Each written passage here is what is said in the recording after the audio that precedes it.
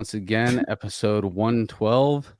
I am so happy to be here with you guys tonight. I am joined, as always, with my resident homies, Casey and Joel. We'll see the Professor Joseph soon. Um, we are joined by a true legend in my eyes, I'm sure with many of your eyes as well. Another one of those guys that I've been listening to for 20 plus years, and his art has been such an inspiration to me throughout my whole entire career doing this type of music, and I'm very honored. Such a pleasure to be joined by Luke Lemay of Gorguts. What's going on, Luke? Thank you. Thank you. Thanks for your nice words. No, I'm Yes, very man. happy to be here tonight. It took a while, but you It got did. Hey, I got you. I had you on the hook and I didn't let go, man. Yeah, oh, me that's and Luke have actually been going back and forth since early 2022, and he's a busy man, and I respect that. I always popped in and made sure that you knew that I was still wanting you to come on the show, and persistence has got us here, so I love that. And yeah, dude, thank you again. This is great. my This pleasure. My makes me pleasure. feel truly like we're doing good work with this show, and it's just a big payoff to be able to get somebody like you. So thanks, Luke. Oh, thank you. That's very nice of you. But anyway, as I said earlier, I watched I watch the podcast every now and then, and you guys do great work. So I'm more than happy to join with you guys. Well, that Oh, makes me thank you. feel really good. I'm so glad that it's come across your radar. I don't know if it was just because of me, but it doesn't matter. That you've watched the show is something that is just it blows my mind. So thank you for that. And before we move forward, let's do the damn thing with the plugs here. We got some cool stuff, obviously. Battleforgecoffee.com. I want you guys to go over there and check out what they got. They're doing good things over there. Our friends over in Deeds of Flesh um, started a coffee company, guys. They got swag, they got coffee, they got everything you need. So go check that out. Support the underground. And then big news for the podcast. We finally do have merch up again, guys. Cali Death Podcast.bigcartel.com. There's two different designs. It is an OG style shirt that we have, but we switched it over to the right chest because of all you guitar players. Your straps were getting in the way for us to see our logo. So we switched it over to the right side. Guitar players. Live Yep. now. Yep. Just went live just now. It did just go live now. And we also have a new design. It is a full color design, and it is the design that you would have seen on the episode 100 episode. That is a design that we wanted to get on a shirt. We got it made and purchased, but we got too lazy in actually getting it on shirts, and now it's finally on shirts, guys. So go support if you want to support us, then keep this thing going smoothly, then hit us up at calideathpodcast.bigcartel.com and help support the show. And Luke, for you, bro, I want to get some plugs for you. Where can people go to get Gorguts information, merchandise, all that kind of stuff? Merchandise. I haven't been this much productive in the past couple years on that, But you can go on the GSR for that. We have a page there. But other than that, for information, what's up, those things, people can go on the Facebook page. That's the best resource. Yeah. Cool. Yeah, go over there and support this man and his bandmates. It's great art. And also, if you're new to the show, I'm sure that some of you have come here to see Luke. And if you're new to this thing, we do it every week. It's live on twitch.tv. We do it, and then it's uploaded on YouTube as soon as we can do it after, usually the next day. Spotify. Yeah, we've been doing it for a couple of years now, and we love all the people that we've come across so far, and we still love doing it, and we'll be doing it for a long time. So if you are new to this, subscribe and help us out. Hit up that YouTube page, subscribe to that.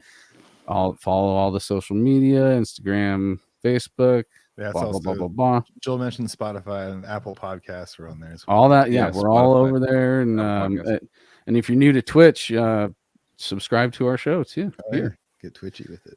And that is it. We are through the plugs, guys. So, Luke, yes, thank you so much again. I want to hear everything, how the show goes. We like to go as far back into your past as possible. Mm-hmm. If you have an early memory of because there's that moment when you're listening to music as a child where I always say I've said it 112 episodes basically, but it stops being just background noise. Something clicks with you and makes your attention go to the music. So if you can find one of those for us, that would be rad. Oh, there's a few, but as young as I can go, I mean, in the home, it was, Dad would play a lot of country. He likes his American country, Johnny Cash, Buster Willie, Ricky Skaggs, more the 70s and 80s country player. Where did you grow up, Luke? Oh, I grew up in a small town, Danville, which is about, let's say, 15 minutes from where I live now. I live now in a town called Richmond. There's like a million Richmond, especially in the States. Yeah, there's a Richmond right a half an hour from me right now. Yeah. So, but the town where I am, actually, I'm in Melbourne County, and it's about 3,500 population. Everybody knows everybody, So I kind of came back after Montreal to the small town thing, which I always like. I mean, don't get me wrong, love going into big cities and everything, but I like to come back to the gravel road here once I'm done with the traffic and right. Love seeing people and everything. But I like I like the more peaceful life here. I like and here I live in the country. There's a small house. Where I live here. I've been here for, let's say, close to 10 years now. Buddy of mine, it's a farmland, and that was a little empty house. We met because I carved the sign for his business back then. I'll come back to the music at home as a kid, but just to get you in the day-to-day thing, So yeah, so it's total country life, man. Fucking working at the sawmill. Working at the workshop and fucking cranking the boogie here up to 11, and then it doesn't bother anybody, so it's all good. That's what's up, dude. Yeah. I kind of figured that would be a good place for someone like you to be. Just the balance of you love being around people and getting into the city, but you also have to have that duality, that balance where you can get away from everything and kind of just hone your craft. Nobody's going to bother you. You're not going to bother anybody. And my friends, he's like this as well. He worked all over the world and stuff, but I mean, nobody comes here. So I feel very, very, very lucky. To have my foot here, and to settle, and I mean a nice studio, so it's just perfect for composition. I love it. You can go for a walk in the woods. Fucking, I drive not even 5 minutes, and I'm at the workshop. So it's just, I love it. So coming back to when I grew up, it was the same life pretty much, very small town, like 3,000 people in Danville, I'm saying, which is about 10-15 minutes from here. My family's there still, my mom's there, my brother's there. So that's where I grew up, small town, little school, lots of music home. Dad was playing acoustic guitar, singing a lot of Elvis and Buster Willie and all these country guys, from the 70s and stuff. So that was my first immersion in music, I believe. But maybe not even a block away. I had a few cousins living there, and my cousin really enjoy spending time there every now and then. And he had how do you call that? It's a vinyl, but a 45. You know, the Yeah. small one. Is that Mhm, right? mhm. 45. And it was Iron Maiden 45. But what was the Nice. fucking song on this? I think it was a Number of the Beast, but like single or something. Mhm. Anyway, so he had that, and he had Made in Japan. And I think he just gave me the Made in Japan thing, which Diano sings on. Is that right? Yeah. Yeah. Sure. And Yeah. dude, that was I remember Running Free. I Yeah. think Mhm. it's my first goosebump. The drum fills. It's like wow, love the energy. Uh, I That's a think so. crazy feeling when you first get that goosebump feeling from Yeah, listening to but something. you can't really explain it. So maybe that takes you back to the real stuff and the basics. You know, you love Right. it because you love it. There's energy, and I remember doing air drumming without knowing it was air drumming. Dude, I was in fucking grade school. You know, Right, it right, was right. maybe in made in Like, Japan. What year is that? I'm 51, was it like so 81 and 80 something? so 80? I might have been not even 10 yet. You know, Yeah. so anyway.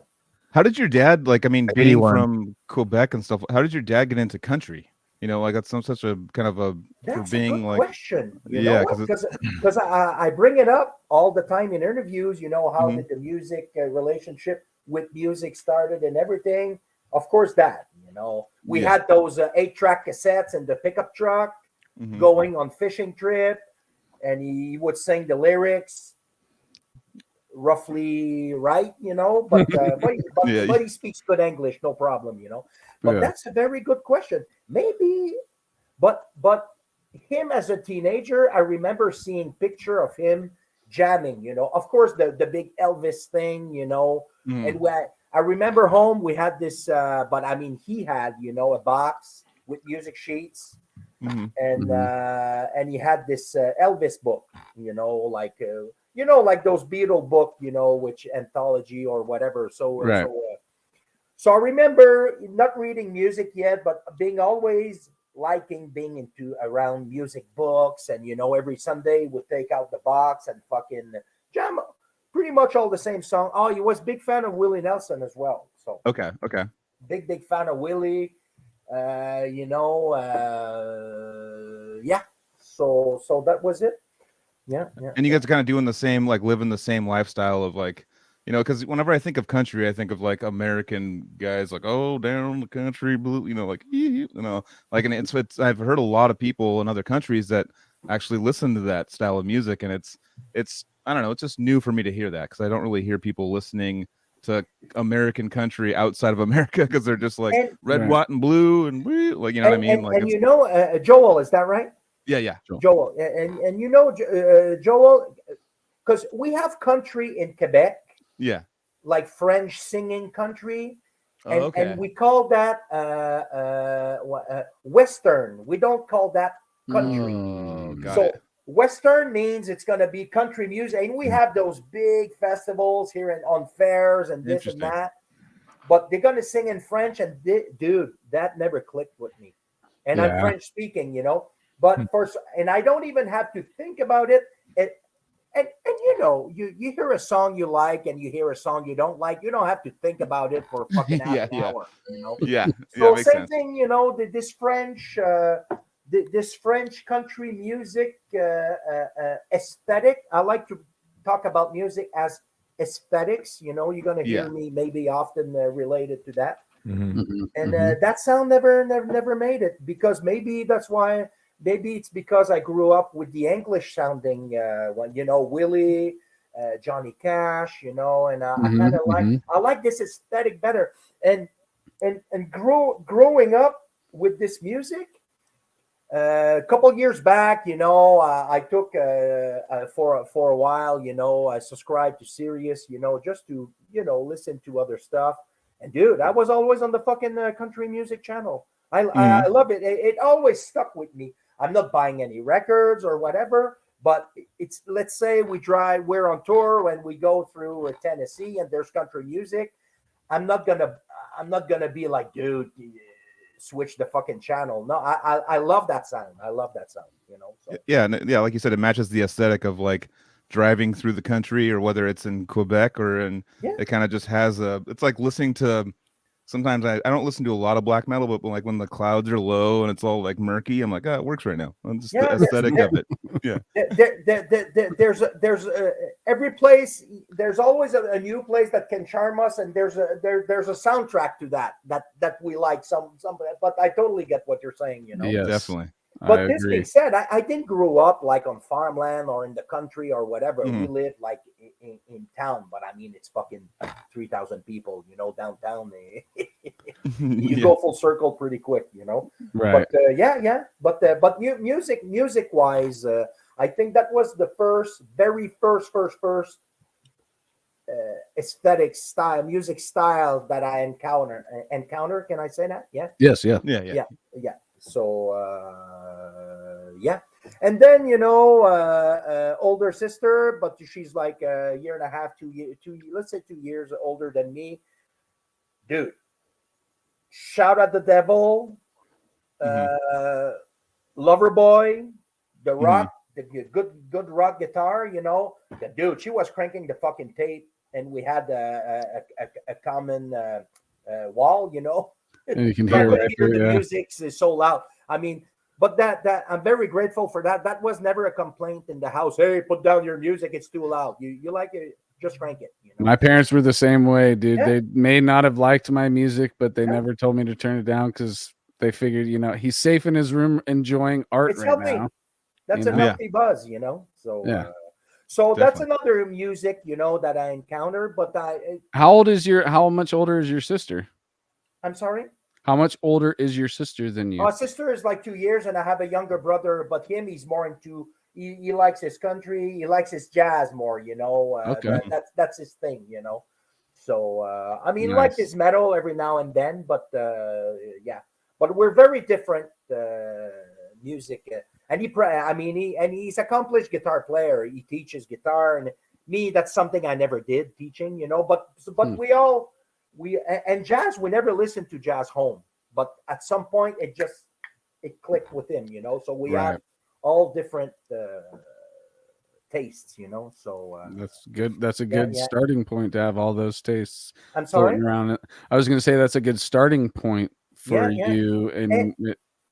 Go ahead. I'm sorry. And another memory, very, very, very strong memory is grade 6 in grade school, and 1984 when Van Halen 84 came out. Dude, I played that record so much. So that was a very, very strong. That's before the whole Possess, Celtic Frost, and even Metallica came later in the picture than Possess and stuff. But anyway, so these were the first music, that I've listened to the most. Yeah. Mm-hmm. The records, so to speak. Yeah. So it was mainly rock oriented stuff that you were being drawn to. I mean, I was kind of exposed to that, but on my own, I wouldn't say I'm gonna buy like a rock record, Mm-hmm. But for some reason, that Maiden record always stuck with me. And then in school, when I started high school, then you meet new people, younger metalheads, and they expose yourself to new bands. And so that went in the heavy alley pretty quickly. And even let me remember, dude. I think that would you know what year Darkness Descends from a Dark Angel came out? Because I was a big fan of Dark Angel back in even more than Slayer. Right. I wasn't too looking it up right now. You got it. Cool. I was gonna look it up. 86 November. 86. So you see, it's good. After Van Halen, the because that was extreme music for the time as well, Oh yeah. So that's a record that I remember I had that. I still And got that sounds like a natural progression too, yeah, to be into the Van Halen and the Maiden and stuff in '84, and then 2 years later yeah. that next upgrade of But I'm trying to remember when's the first time that I heard the Possess. If it was in school or something, this I don't remember. But that was a big thing. that was '86, wasn't it? That was when it 80s. came out, or was it earlier than that? Oh, it's earlier because Scrib Bloody Gore is 80, 86, 87. I don't know. Yeah, I just know I Maybe always 85 ish or something.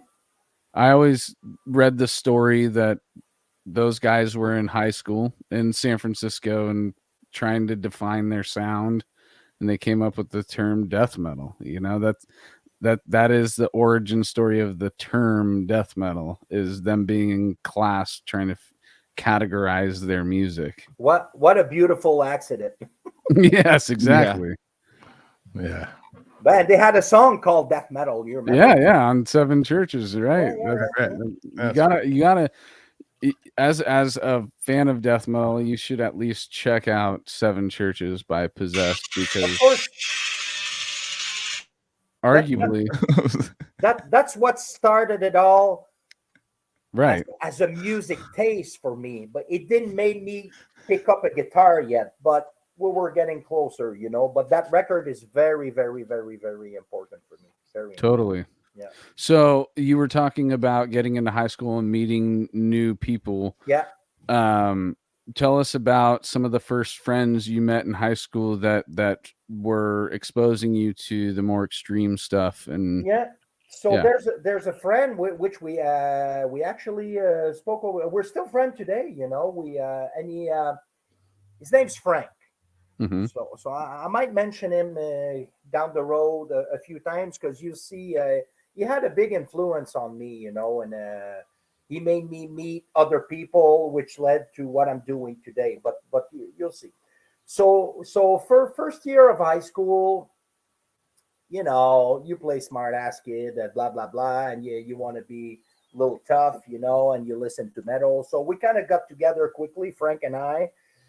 He was playing electric guitar already. I was so impressed by this, you know. I Mhm. like my Possessed already, or we were close to and he knew about that record too, but he was more a Jump in the Fire guy, Metallica, you know. Me, Yeah. Kill 'Em All never clicked much with me. Even today, I gave it a few shots, but me, I started more with Master of Puppet. But anyway, so you get the picture. So Frank's Yeah. listening to, yeah, and his brother, older brother, plays bass, and we became good buddies because he was drawing a lot, and me, I was drawing a lot too. So it was something that we connected to, you know.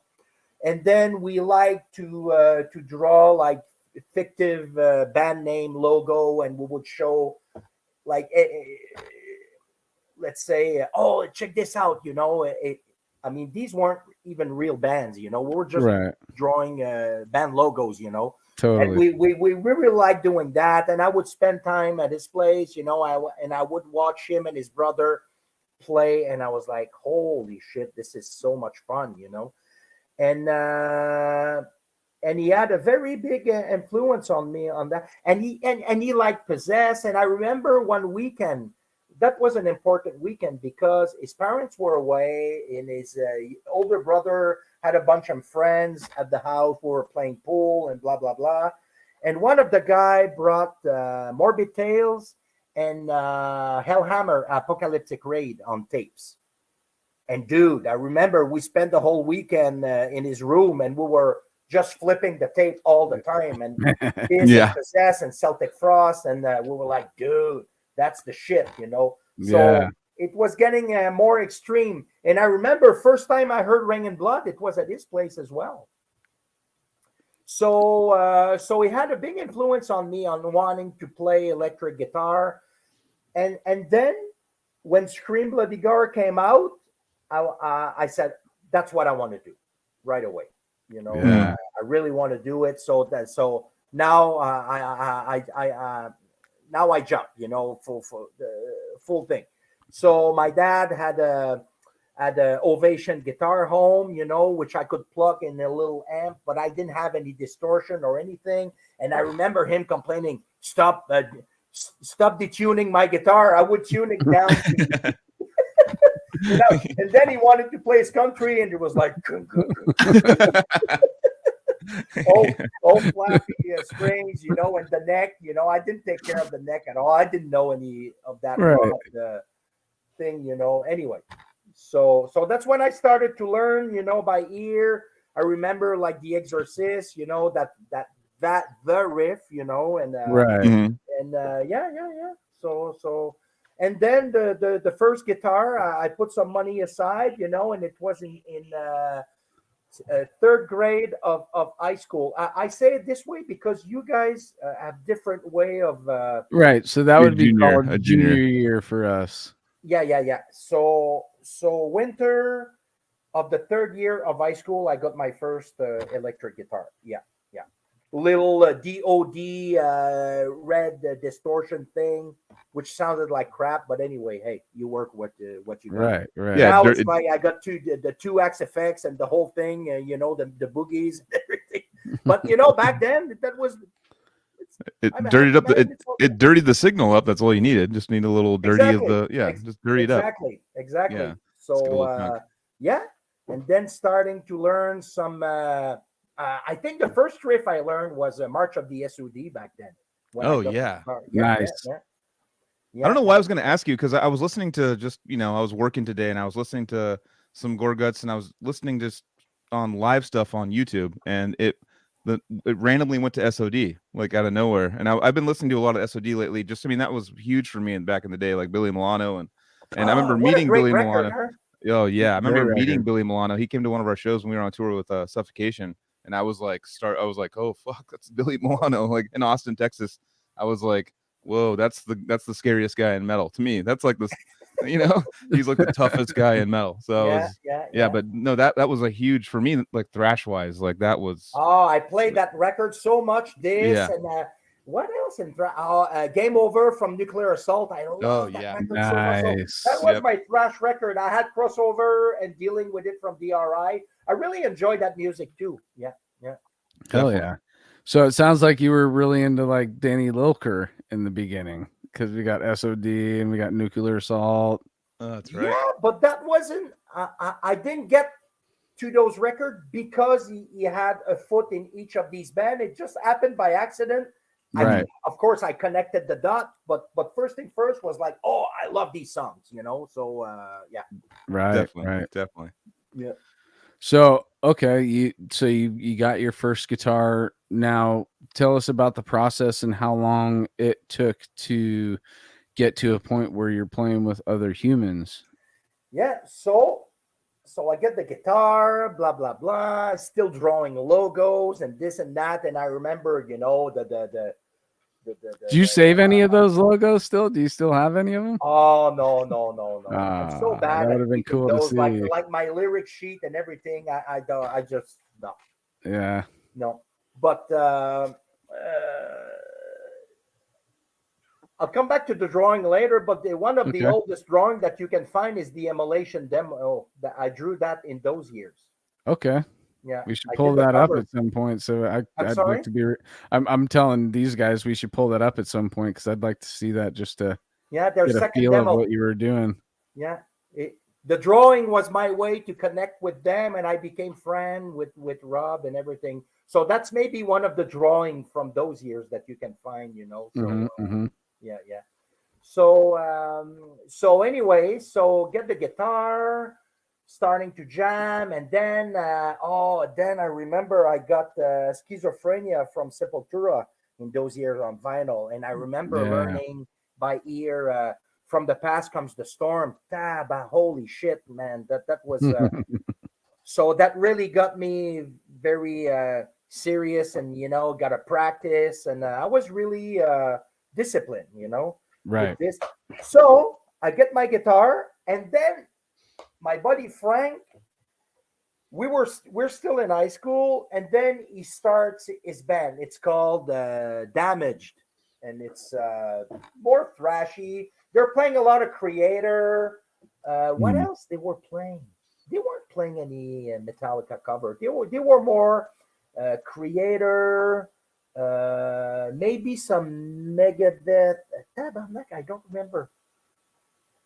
I think they played Chapel of Ghouls, which was on the Grand Crushers back then. You remember?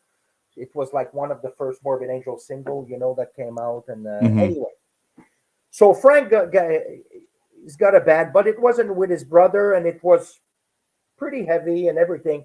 And dude, me, I was like a third wheel, for them. I was like, dude, I really want to play with you guys. I really want to play. And then the drummer calls me one day. It's like, thanks, but no thanks. It's like, we're going to stay as a 3-piece. So thank you. Politely, but me is like, nah.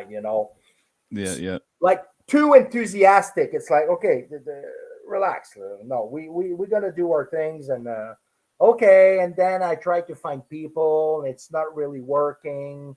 And then I find 2 guys in Sherbrooke. And then we learned some Slayer, a few covers, but we didn't write any composition together. And then I get a call that Damage, my buddy Frank and the bass player, which was Steve Cloutier, that plays on Obscura and From Wisdom. Okay. Oh shit. So that's from those days that we know each other.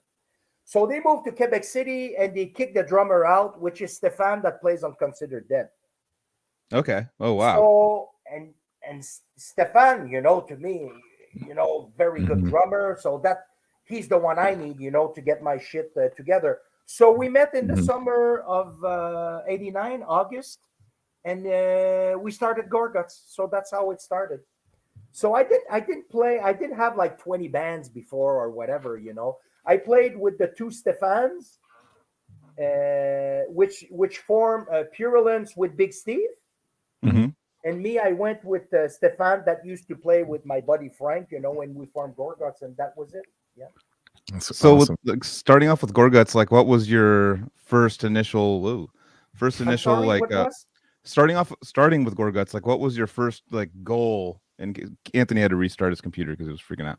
But what was your first goal in the style of music? Just straight, just Death metal. Death Me, metal. I really, oh man, I mean, Scream Bloody Gore was like, I want to play music like this, and then Leprosy came out also, and it's like, dude, dude, Okay. Yeah. dude. Even I don't know if we had recorded our demo yet, but Spiritual Healing was out as well.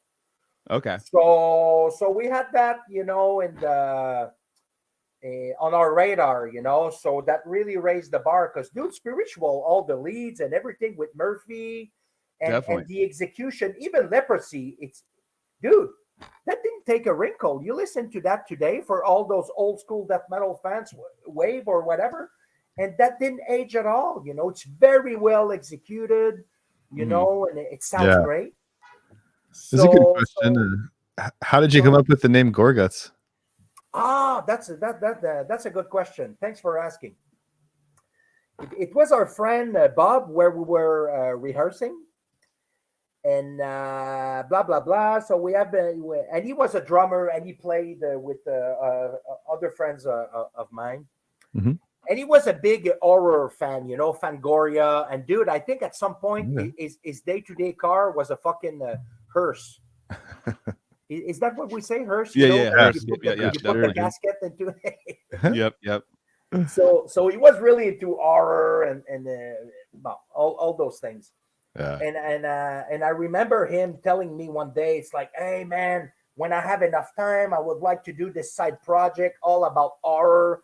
And it was in the years of Carcass, Reek, of Putrefaction, and all. So there was a big buzz, for the gory stuff. And then he goes like, dude, I'd like to get this project going. And I would call that Gorguts, So, and me, I thought, oh, man, that's a great name. And one day, I just asked him, we were jamming in his basement. I said, hey, Bob, I mean, I've been trying to think about a name, and I just can't came up with anything. Do you mind if we take the Gorguts name? It's okay, take it. I don't have time to do my project anyway. So that's how it came up. Jeez, that's crazy. Yeah. So, I mean, I've noticed just like in your style, like going from to like Erosion of Sanity, like it went from kind of I want to say Scream Buddy Gore style to like like In the Pocket, and to kind of going to like more technical and more like starting to be more riffy. Like what were the so I mean obviously like most metalheads they start like at Iron Maiden, they go to they step up to the ladder more crazy or crazy or crazier. So is that kind of the same like thing with you guys, just getting like more technical, adding more like maybe we're jazzier, I mean like shreddier parts or parts of different time signatures and stuff like that? But me, what did it for what brought the Erosion aesthetic for me is when I saw Suffocation jamming. Yep. That's Yep. and I mean you listen to Erosion and it's totally Suffocation influenced. Totally, interesting. Totally. Wow. And I have no problem saying this. It's I mean it's dude. I went to New York City to do interviews at Roadrunner when Considered Dead came out. And then Monty said, or I asked him, I said, dude, would you have the phone number from the guys of Suffocation? Because I was staying in New York City for 2 days. I went I went down there by train and blah, blah, blah. And I had heard their record at More Sound before it came out because Scott was remixing it and it was there. Yeah. I'm sorry? Scott Burns, right? Yeah. So and they had went in the studio like a month before us or something, So but me, I knew about their music because I saw them at Day of Death in Buffalo, which was a festival, that Immolation played. Cannibal was there, and I bought the Suffocation demo there. That was before Human Waste, I believe. Yeah. And then we go to Morris Sound. I get to hear Effigy. Mm-hmm. And I'm like, dude, yeah, it's game unbelievable, So when I went to New York City to do the interviews, I asked Monty to get a phone number to call one of the guys. I think he gave me Doug Cerrito a phone number or something. Mm-hmm. Hey, dude, what's up? I'm Luke. Hey, from Gorguts. Yeah. Oh, we like your record, blah, blah. I said, dude, I'm in town. You guys want to hang out? I would really love to meet you, And even today, when I like a band and they come to Montreal, I love to go meet them. I bring my CDs. I'm total fanboy. I have no problem. Oh yeah, definitely. So when I like somebody else's craft, I really want to share with them. And yeah. So did you guys end up relocating to Montreal? I'm sorry? Did you guys relocate to Montreal? Oh, but that was way later. Oh, way later. Okay. Yeah. What I mean, way later. It was in 95. Okay. What I was going to comment on was we're talking 90, 91, 90, 91, 92. Okay. 91. I always like hearing how you guys would get in touch with each other because not a lot of people talk on the phone anymore today, and we are old enough to where phone conversations are still a thing, at least in our friend, circle. But back then, that was really the only way you can get a hold of somebody. And I've heard so many stories on this show and outside of this show where back at that time, it was if you wanted to get a hold of somebody, you got to look them up in the phone book and try all the Chuck Schuldiners in Florida to get a hold of Chuck, Yeah. And so it's just that was my comment on that. Like here we go again. It's a guy who was there at the beginning gets a phone number and you just call it and hopefully whoever is on the other end is the guy. But this way I knew I was gonna get the right person because Monty gave me the phone number. There you go. Yeah, it wasn't looking up. Yeah. That's the difference. So get Doug on the phone. Hey, what's up? Blah blah blah. I'd like to meet you guys. He said, fine. I said I'm getting done with the interview. I was doing from I think it was from 8 to 8 o'clock. It was like 12 hours over the phone interviews in Europe and cracky phone lines and everything, Wow. So, and then I had the whole evening to spare. So Doug, Terrence, and Frank, they they came to the office at Roadrunner. So they came to pick me up. and they took me to Long Island where they live. You know, at Mike Smith house. Okay. But there was no bass player. Josh wasn't there. Was it Josh? His name, I think, on the first album. Is it Josh? Sean, I think it is. Barrow, yeah, or something. Yeah, but I think he that's wasn't there. I met him here a couple years later. But anyway, so there was just Ab, Cerrito, Frank, and Smith. So we go down. It was at Mike Smith house, and they had their jam spot in the basement. There was a couch in front of the. It was the first time I saw those Ampeg stacks, you know, and those Ampeg VH 140. Yep. Yeah. So and dude, I think they started Liege or something. I just lost my shit. I'm like, what the fuck am I doing with my little riff? It's like, dude. Jesus. Dude. Wow. Let's go back to the drawing board. Right. Those moments are key moments that I think we all experience, where you just see a band that's doing something that inspires you, plus they're light years ahead of you, that you feel they're light years ahead of you at the time. It's like, how the fuck can you come up with stuff which is so awesome? Oh yeah, dude. There's not a pick stroke that is bad. It you see. Well, I will say that Effigy and Considered are like neck and neck with me. In reality, for first full lengths of bands, dude, those two are super solid releases for both of those bands. So I could see you being inspired and then going back to the drawing board after that, you know. Dude, and Anthony, I remember being in the room and the sound was so good. Oh, dude, when you feel it in your body in a jam space. I'm sorry? I said when you feel it in your body in a small jam space where everything's just a small jam space. We weren't like this. It was like, oh, nice couch, you know, like nice house, you know, nice neighborhood, but it's fine. We can jam at our house, no problem. It wasn't like crusty, punkish. But you're all contained in one area though. Yeah, and experiencing those sound waves from the source. But the sound and it was very dry, dude. I remember like it was yesterday.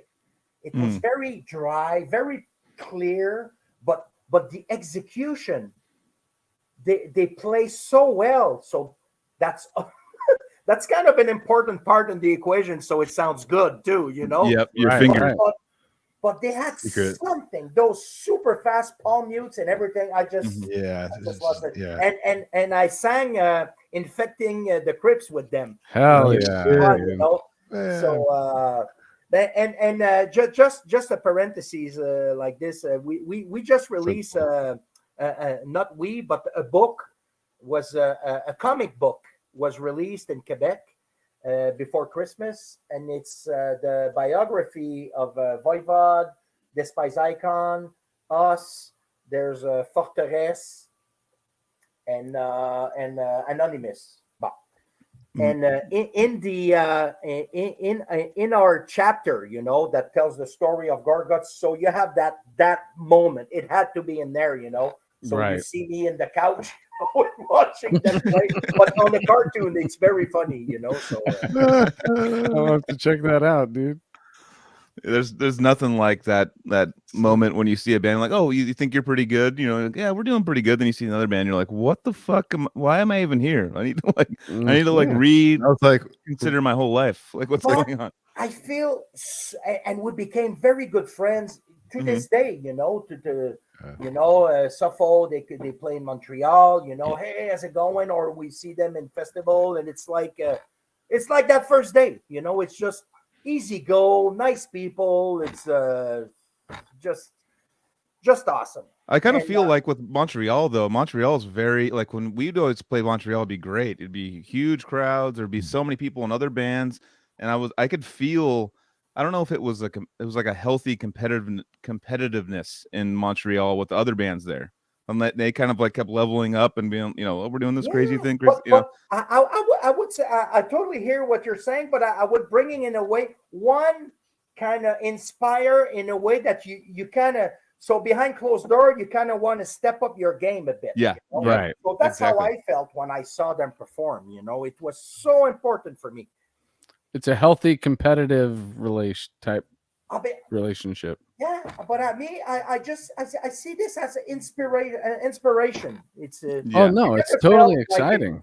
I never felt like in competition with them. They do their thing, Yeah, and we have a different aesthetic. I think inspiration is definitely another word to use. I guess when I use competition, it like the healthy competition is what I've felt it between my peers. Like we've all been close with a handful of bands that could be used as inspiration. That word could be healthy competition. Could be very healthy because hey, and I remember just a parenthesis. I want to keep talking about that suffocation thing because it was so dear to my heart, when I met them. But I remember back in the days when Big Steve, Big Steve that plays on Obscura, before we played together, he had this band Purulence, and me. I remember when I was writing Erosion, we would see each other. He would come hang out at my place because we jam in my apartment, and I would hang out to his rehearsing place,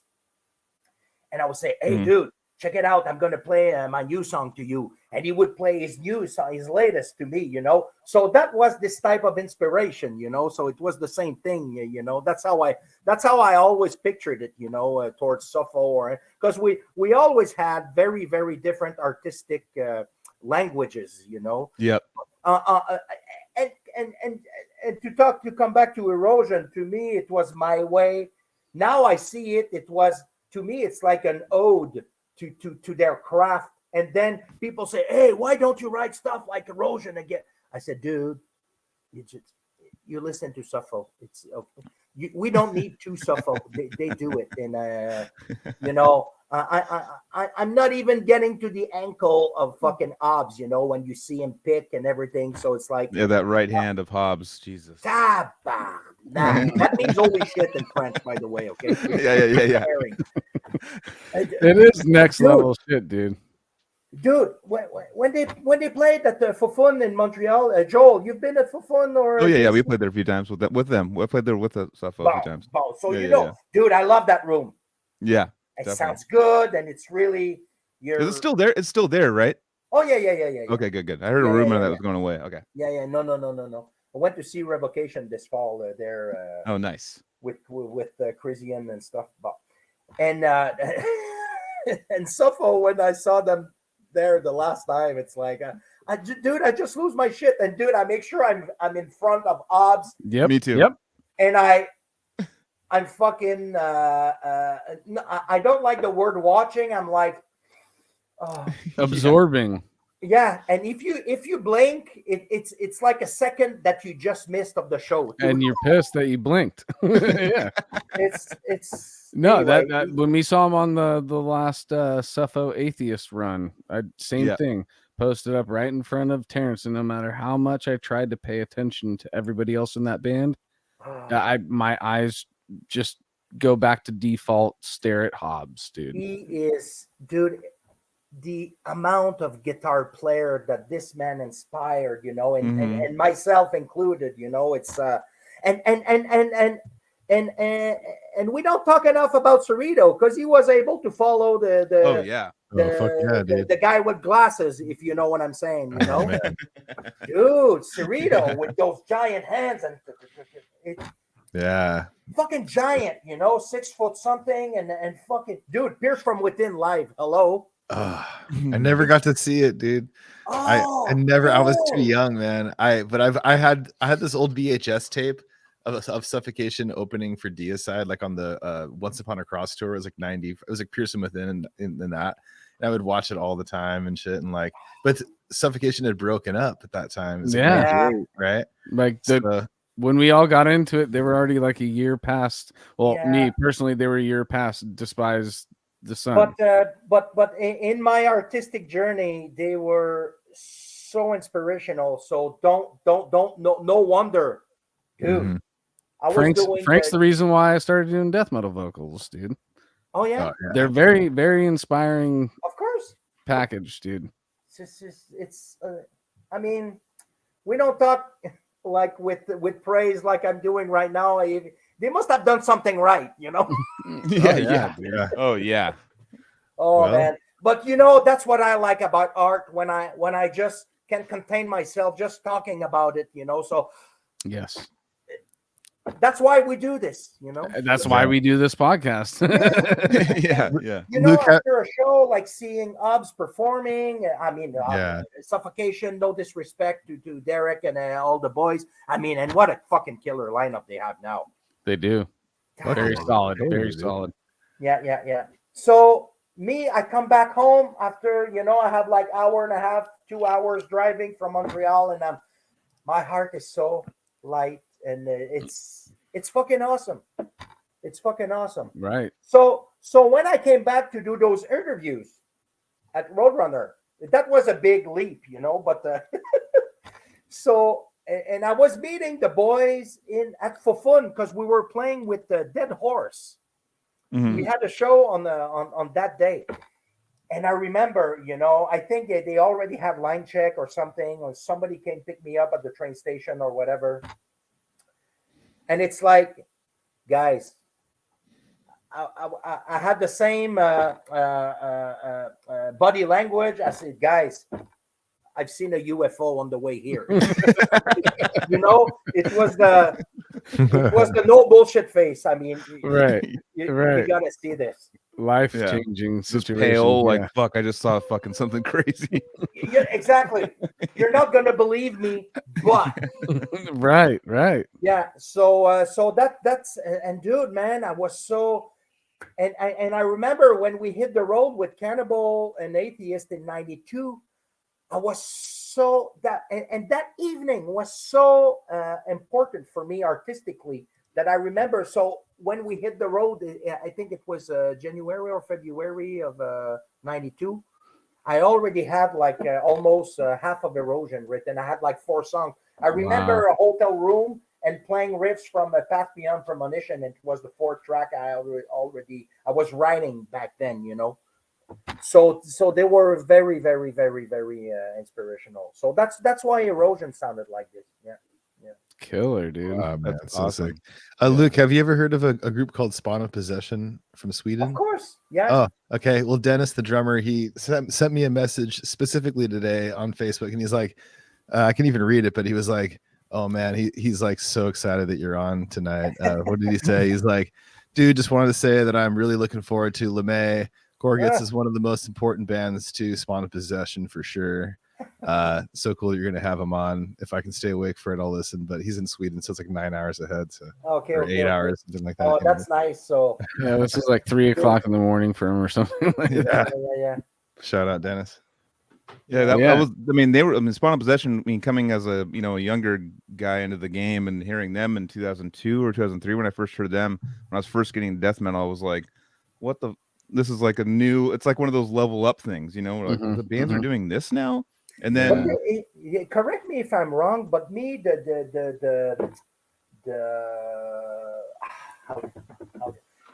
because I don't know their album well. I know I have one of their record here. I couldn't.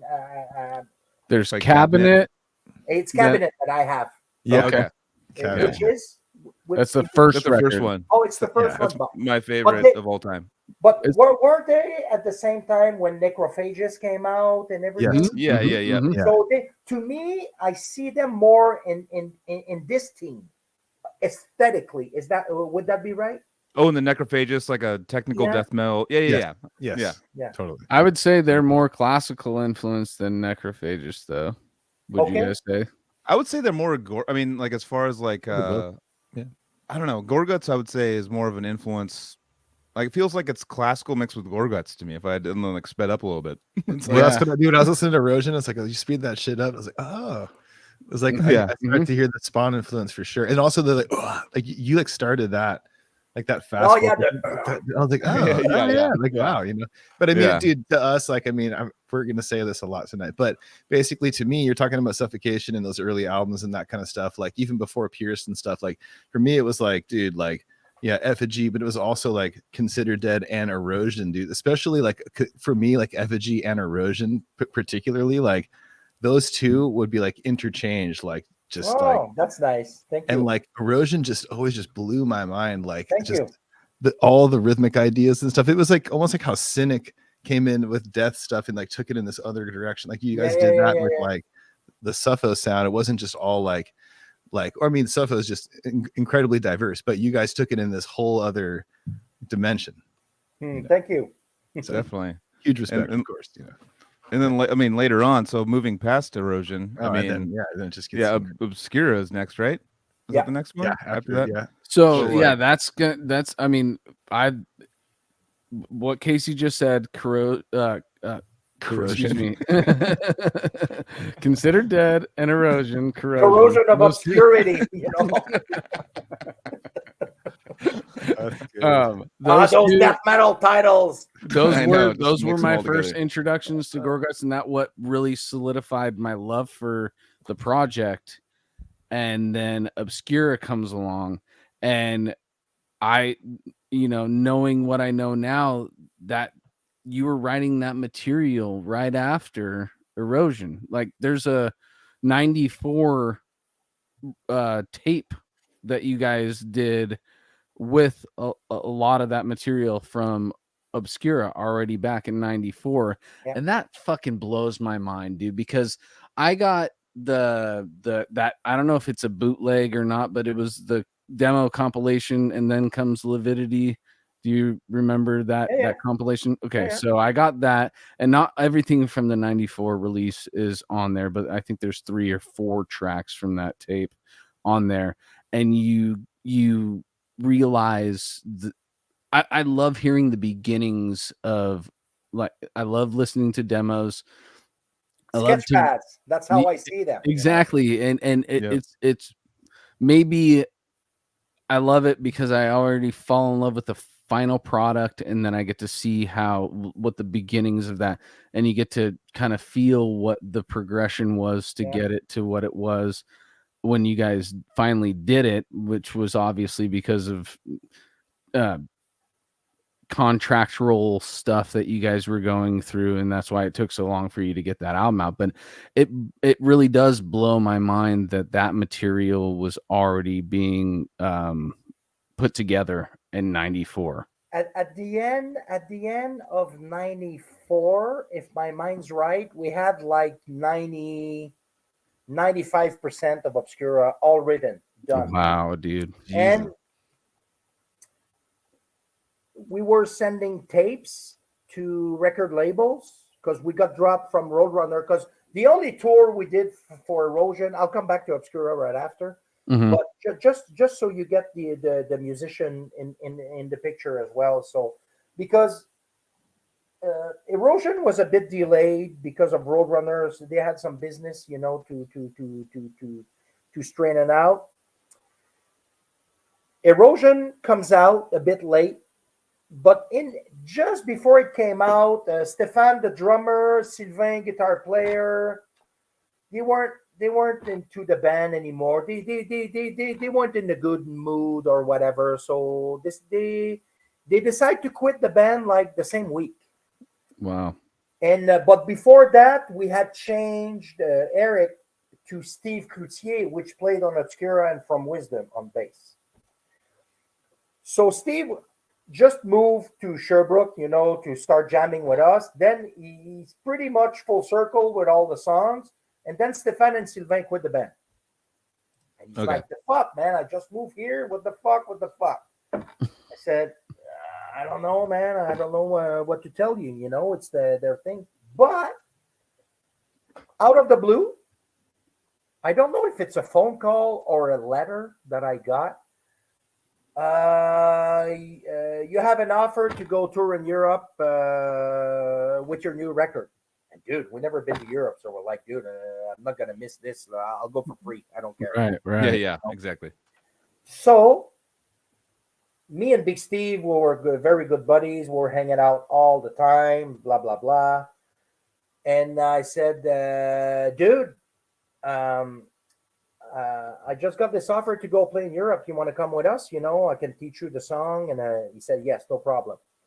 So we tried this youngster drummer that he was in my area back in the days. So he was very nervous about, and dude, he was fucking crushing it, but he didn't have the confidence, you know, to go on tour. You know, he was much younger. He was younger than Big Steve and myself. You know, we were 22 or something at that time, and me and him, he was maybe 17, 18. Oh wow, okay. Confidence is huge if you're touring. Like that's a big deal. People don't talk about it much, but if you have to go out there, like you get put on the stage, like all right, do it. Like people change. And I was like, Ghislain was his name. I said, dude, you're fucking killing it. Mm-hmm. And we sound so good with you, you know, dude. I remember we were playing with Their Flash. We were playing Condemned to Obscurity. We had a couple in the can, you know, and he was fucking crushing it. And then one day, you know, I